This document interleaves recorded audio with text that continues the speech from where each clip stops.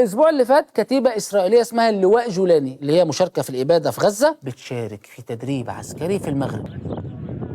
طبعا انا كمان زيكم ما صدقتش لحد ما شفت فيديوهات التدريبات.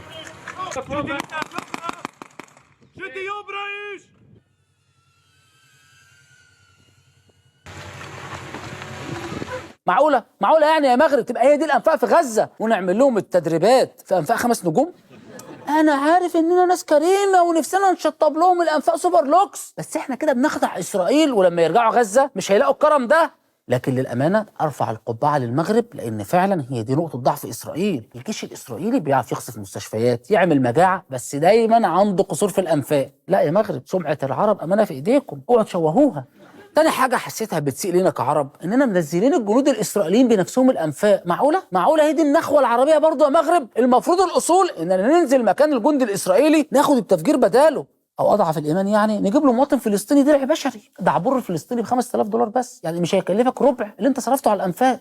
تالت حاجة بقى ما عجبتنيش الصراحة في التدريبات، أنا حسيتها مش واقعية. دخلين الجندي في النفق من غير أي مؤثرات صوتية. فين أصوات صريخ الأطفال وعويل السيدات؟ فين صوت الزنانة؟ يا جماعة اللواء الجولاني ده كان مشارك في إبادة غزة وهيخلص ويرجع يكمل الإبادة. مش عايزينه يحس إن الأجواء مختلفة. ما هو استسهالكم ده اللي وصلنا دلوقتي ل 55,000 شهيد بس. عايزين نساعد إسرائيل تحقق التارجت بقى. معقولة يا مغاربة؟ يعني كل التحضيرات ديت وجت على هيكل للمسجد الأقصى يتمرنوا على هدمه وما عرفتوش تعملوها؟ لا بجد زعلانين منكم.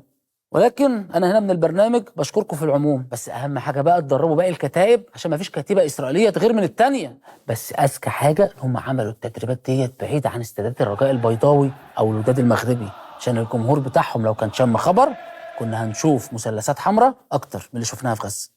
طبعا في ناس كتير هتتسرع دلوقتي وتهاجم المشاركه التدريبيه ديت. احب اقول لكم لا، اهدوا شويه كده، الموضوع مش بالسذاجه ديت، وكون ان في اتفاقيه تدريب مشتركه فده معناه انه هيستفاد جدا من وراها جامد.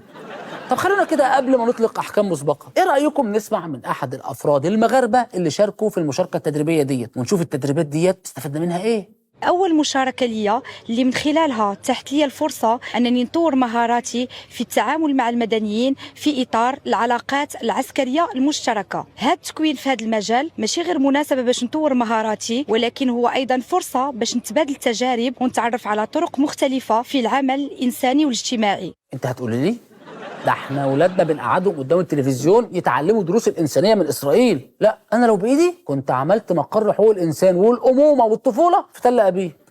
طب خلي بالك بقى لا تلاقي نفسك في اي خناقه مع جوزك بتستخدمي الاطفال دروع بشريه، او تلاقي نفسك مجوعه عيالك بالشهور.